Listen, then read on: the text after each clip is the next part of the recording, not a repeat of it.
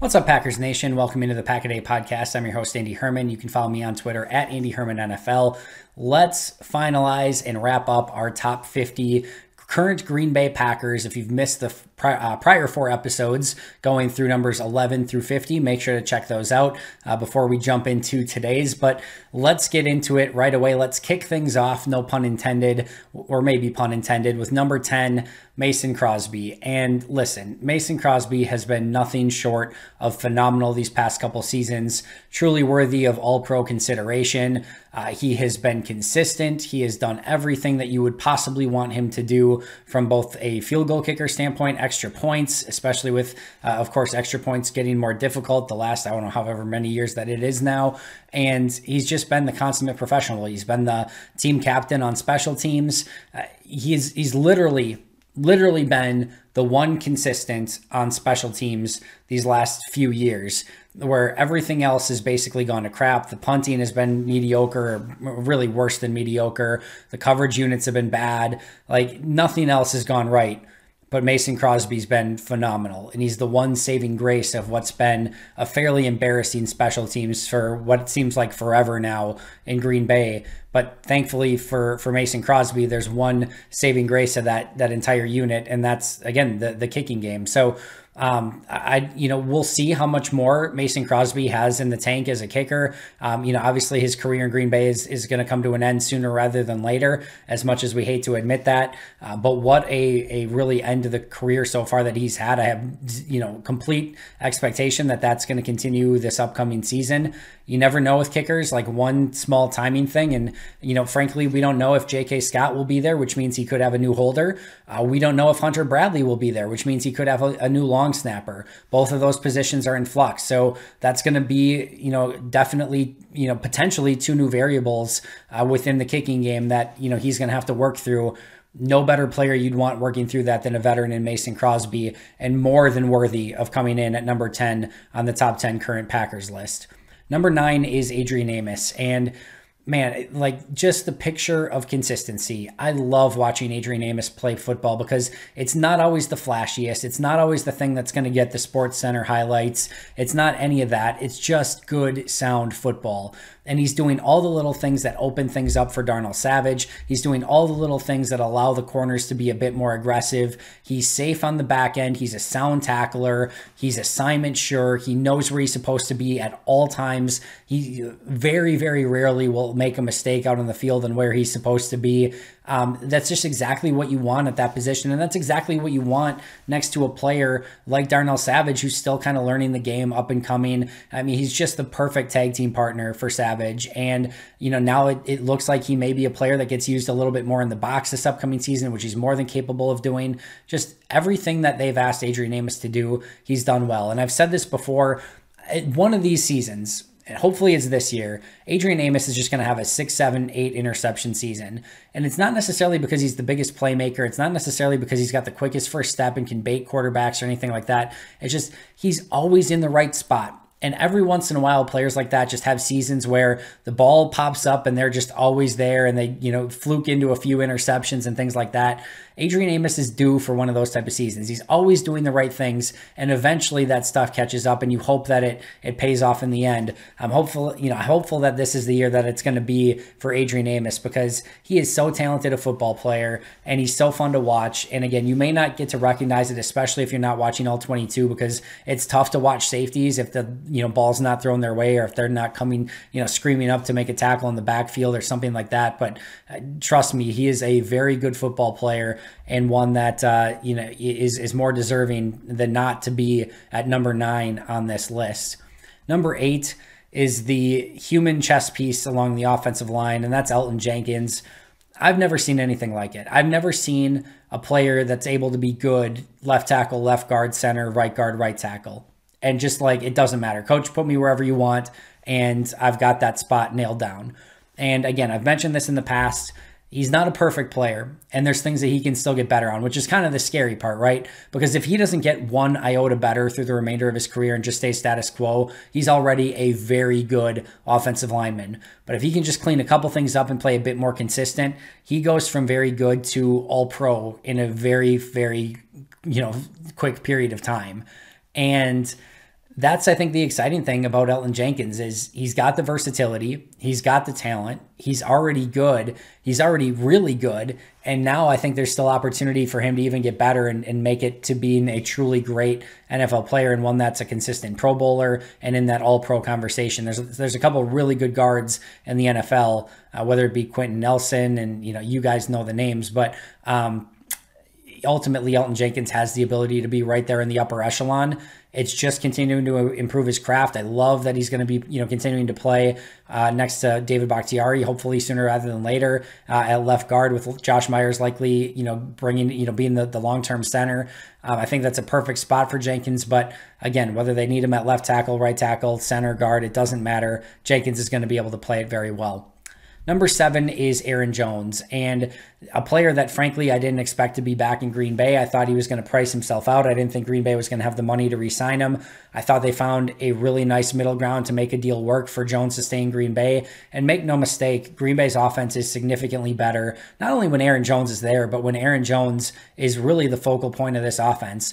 When teams have to put a lot of effort towards stopping the run and they're struggling to stop Aaron Jones, it just opens up everything for everyone else. And now MVS is single covered on the outside to hit some of those deep routes. Devonte Adams is seeing single coverage, and Robert Tonyan off of play action. It just, like, everything is based off of that Aaron Jones success. And again, it just makes everyone's job easier on offense, including Aaron Rodgers, including the offensive line.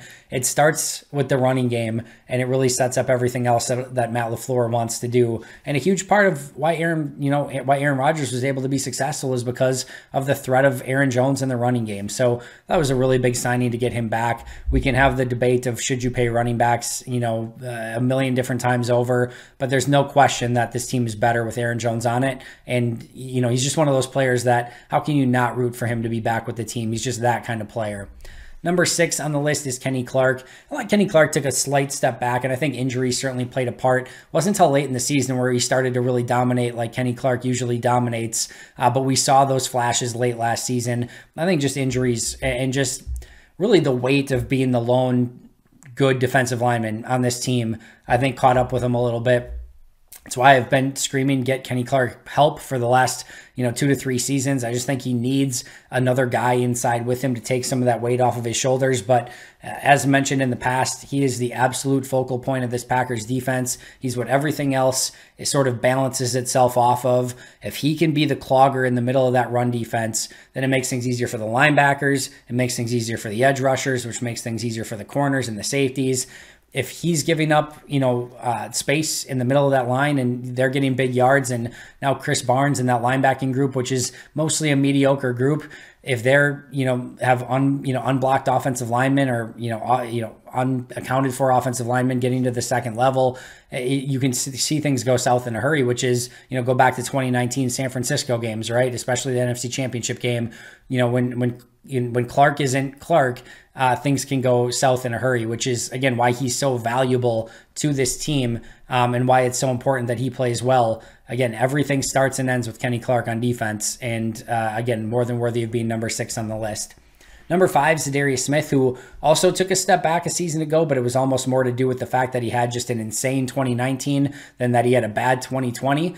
Certainly was still productive and still good in 2020, but it was more in spurts and more in flashes, where 2019 Zadaria Smith was consistent almost on every single play, so hard to block, good against the run, good against the pass. I thought he fell off a little bit against the run, just trying to make too many plays, and then we just didn't see the same level of consistency with that playmaking. And it would be, you get to the end of the game and there'd be a play or two in every game where you'd point to and be like, man, Zadaria showed up again. But if you're watching between the lines, that same level of consistency wasn't there on a down-to-down basis. So I think we're still hoping to see more of the 2019, which is an unreasonable expectation to ask of anyone. But if Zadaria can play closer to 2019 than 2020, again, he's in that all-pro conversation. Even 2020, even if you get that out of him every year, you're not too disappointed because he's still making an impact out on the field. And again, the big play he made against the Saints completely changed likely the outcome of that game. That's the type of impact that Zadaria can have on any given play.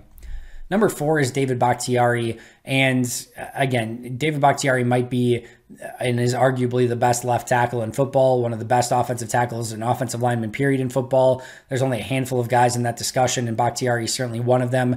Of course, he's coming off the torn ACL, so you have to, at least be cognizant of that, right, as you're putting this list together. But if there's anyone that I trust to come back and be strong and not miss a beat from an injury like that, to me, it's David Baktiyari. And we're in a different time now. There was a time where a torn ACL felt like a death sentence for a player. And now you see guys get 2-3 ACL surgeries and still bounce back and play well. And I think, especially only after one ACL surgery, I expect David Baktiyari to look mostly like David Baktiyari. I'm going to be interested to see how he anchors because that's always been a slight issue in his game.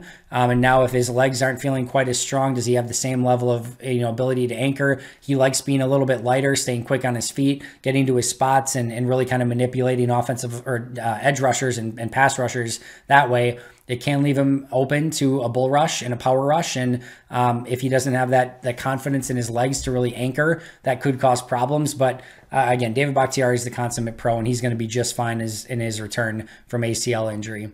Number 3 is Gyra Alexander. And I don't know if you saw this, ESPN just listed him as their number 6 corner, which basically invalidates almost anything that they've been doing with their breakdowns.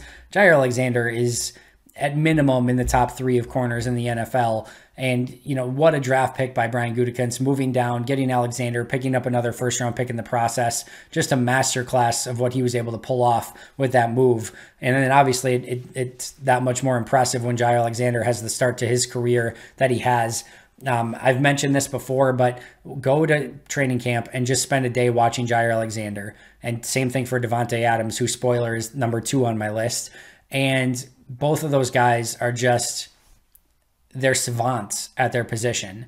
And there's just very few in the world that can do come even close to doing what they're doing. And both of them care so much and are constantly trying to improve their craft, and they want to battle each other in practice. It's just iron sharpening iron. And Gyra Alexander, just an absolute stud corner, and Green Bay just blessed to have a player like that in their secondary to hold down whatever side of the field that he's on, as he's slowly becoming a true shutdown corner in today's NFL, which is very, very rare. And then number 2, as I mentioned, is Devonte Adams. What else is there to say about Devonte? Again, another player that just take a day at training camp and just watch Devonte Adams. He's so special. He's so fun to watch. His route running, what he does to corners should be illegal in most states, if not all states. He's on my Mount Rushmore already, I think, of favorite Green Bay Packers that I've got to watch in my lifetime. That's how good he is. And there's just something special about a player who is playing in slow motion when everyone else's heads are spinning and they're going, and he's just calm and does whatever he wants and knows that he can get anywhere that he wants on the field, knows that he can put a corner in a spin cycle anytime that he wants to. He's just at a totally different level. And now we've seen these past couple seasons, Rodgers and Adams develop that Jordy Nelson Rodgers-esque rapport where they can just look at each other and they both know what each other are thinking. And that's what makes that connection so scary, is it's just on a totally different level. We saw that with Peyton Manning and Marvin Harrison. We saw it with Rodgers and Jordy Nelson. There are very few connections that have that sort of just pure ESP connection, and Adams and Rodgers now have it as well. It's just a scary duo to try to game plan against. And you, in my opinion, you can't scheme up enough plays for Devonte Adams in any given game. And then, of course, number 1, at least for now, is Aaron Rodgers. And listen, MVP of the league, I don't even need to go into too much detail here. You know why he's number 1 on the list and why it's so important that he ultimately plays for Green Bay this upcoming season, and why it's important that Green Bay gets it to the point where Rodgers wants to be in Green Bay this upcoming season. There's no question about it. This is a team that's competing for a Super Bowl with Aaron Rodgers.